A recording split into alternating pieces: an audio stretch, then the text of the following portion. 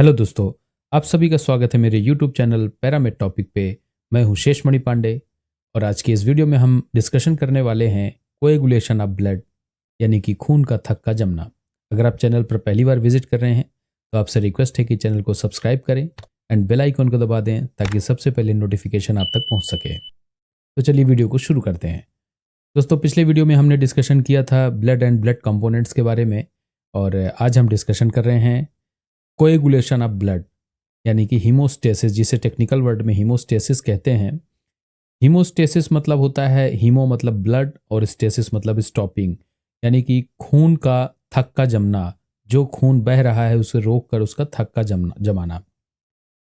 हमारे शरीर में कई बार ऐसा होता है कि किसी भी इंजरी या चोट के दौरान खून बहने लगता है तो उसे बंद करना बहुत ही आवश्यक होता है, वरना हमारे शरीर में ब्लड का लॉस हो सकता है और हमारा शरीर स्वतः एक प्रक्रिया के द्वारा खून बहना बंद कर देता है, जिसे ब्लड क्लॉटिंग, हीमोस्टेसिस या ब्लड कोएगुलेशन कहते हैं। यह मैकेनिज्म सिर्फ खून के शरीर से बाहर निकलने पर ही होती है। शरीर के अंदर अगर खून का थक्का जम जाएगा तो इसका गंभीर परिणाम हो सकता है, व्यक्ति की मौत हो सकती है, किसी किसी तरह का ब्रेन हेमरेज या स्ट्रोक आ सकता है। इसलिए ऐसी व्यवस्था बनाई जाती है हमारे शरीर में, एक तरह का एंटी कोएगुलेंट पाया जाता है जो शरीर के अंदर खून के थक्का जमने से रोकता है। खून का थक्का जमना किस प्रकार की प्रक्रिया है, इसके बारे में जानते हैं। दोस्तों, खून का थक्का जमना एक प्राकृतिक क्रिया है जिसमें किसी भी चोट के दौरान खून के बहाव को धीमा करते हुए इसके थक्का जमने की क्रिया शामिल होती है।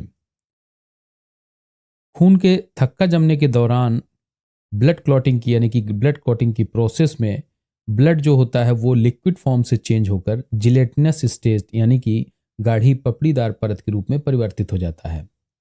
अब आगे हम जानते हैं कि स्टेजेस ऑफ हीमोस्टेसिस, यानी कि खून का थक्का जमने की कितनी इसमें चरण होते हैं। तो इसमें जो पहली स्टेप होती है वो होती है vasoconstriction, second step platelet plug formation और थर्ड स्टेप होती है कोएगुलेशन ऑफ ब्लड। तो वेसोकॉन्स्ट्रिक्शन के बारे में देखते हैं हम। चोट लगने के तुरंत बाद ही हमारी ब्लड वेसल्स सिकुड़ने लगती है, जो कि खून के बहाव को धीमा करने में सहायक होती है और चोटग्रस्त भाग से ज़्यादा ब्लड लॉस होने से बचाती है। जैसे ही ब्लड वेसल्स में कट लगता है तो उस डैमेज वेसल्स की एंडोथेलियल सक्रिय हो जाती है और ब्लड वेसल्स की लेयर में उपस्थित कोलेजन एक्सपोज हो जाते हैं। जैसे ही कोलेजन एक्टिवेट हो जाते हैं, तुरंत ही प्लेटलेट आकर कोलेजन से चिपक जाती है। उसमें से कोलेजन फाइबर एक्सपोज होते हैं और कोलेजन के एक्सपोज होते ही एक फैक्टर रिलीज होता है जिसे वॉन विलिब्रेंड फैक्टर कहते हैं और इस वॉन विलिब्रेंड फैक्टर के थ्रू ही प्लेटलेट्स रप्चर्ड ब्लड वेसल्स के एंडोथेलियल लेयर के ऊपर आकर चिपक कर स्टिकी फॉर्म में आ जाती हैं। तो इस स्टिकी प्लेटफॉर्म में से कुछ ग्रेन्यूल्स रिलीज होते हैं और ये ग्रेन्यूल्स और दूसरी प्लेटलेट्स को एक्टिवेट करने लगते हैं। धीरे धीरे रप्चर्ड एरिया की सारी प्लेटलेट्स पास आकर चिपकने लगती हैं और इस स्टेज को प्लेटलेट एडहेशन कहते हैं। आगे की प्रक्रिया में सारी प्लेटलेट्स इकट्ठा होकर एक टेम्परेरी प्लग का फॉर्मेशन करती हैं, जो कि रप्चर्ड ब्लड वेसल्स को धीरे धीरे क्लोज करने लगती हैं, जिससे खून का बहाव रुक सके। अब एक्टिवेटेड प्लेटलेट्स, अर्थात जो प्लेटलेट्स चिपक गई हैं, उनमें से जो ग्रेन्यूल्स मीडिएटर रिलीज करते हैं वो क्या क्या होते हैं। प्लेटलेट एडहेशन के बाद रिलीज किए गए ग्रेन्यूल्स जो सब्सटेंस निकलते हैं उनमें मुख्य रूप से सेरोटोनिन, कैल्शियम, एडीपी, पीजीडीएफ और थ्रोम्बोक्सोन ए2 होते हैं। ये क्या क्या काम करते हैं? तो serotonin acts as a vasoconstrictor, ये ब्लड वेसल्स को कॉन्स्ट्रिक्ट करता है। Calcium bind to clotting factor, ये क्लॉटिंग फैक्टर से बाइंड होता है। क्लॉटिंग फैक्टर के बारे में हम आगे डिस्कस करेंगे। एडीपी प्लेटलेट एग्रीगेशन में हेल्प करता है।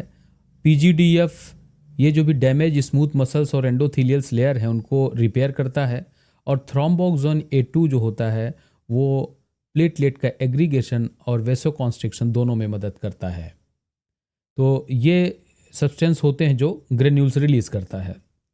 अब जो इसकी थर्ड स्टेप आती है वो है coagulation of blood. Coagulation blood ये एक टेम्परेरी प्लग फॉर्मेशन की प्रोसेस होती है ये एक्सेसिव ब्लीडिंग को रोकने में मदद करती है। इसमें फाइब्रिनोजन जो होता है वो फाइब्रिन में कन्वर्ट होता है। फाइब्रिनोजन एक सॉल्युबल प्रोटीन की तरह होता है। जब ये कन्वर्ट हो जाता है फाइब्रिन में, ये तो ये इनसॉल्युबल हो जाता है। इस प्रक्रिया में मुख्य रूप से जो इनसॉल्युबल फाइब्रिन होता है वो एक धागे के समान संरचना में बदलने लगता है, क्योंकि उसका ब्रेक डाउन होता है, और वो इस तरह से जाके प्लेटलेट प्लग में चिपकता है ताकि ब्लड वेसल्स पूरी तरह से ब्लॉक हो जाए और उसका फर्दर ब्लड लॉस वहीं पर रुक जाए। लेकिन इस कोएगुलेशन में आगे की दो पाथवेज होते हैं जिनकी मदद से ही कंप्लीट प्लग फॉर्मेशन होता है और फाइनली ब्लड का बहाव बंद होता है। वो कौन कौन से दो पाथवे होते हैं? एक है इंट्रिंसिक पाथवे और एक है एक्सट्रिंसिक पाथवे। इन दोनों पाथवे के बारे में हम नेक्स्ट वीडियो में डिस्कशन करेंगे। तो आज की इस वीडियो में जानकारी इतनी थी कि ब्लड के कोएगुलेशन में क्या क्या स्टेप होती हैं। आशा करते हैं कि दोस्तों की ये वीडियो आपको पसंद आई होगी, और पसंद आए तो लाइक और सब्सक्राइब करना मत भूलें। मिलते हैं नेक्स्ट वीडियो में। Thank you so much.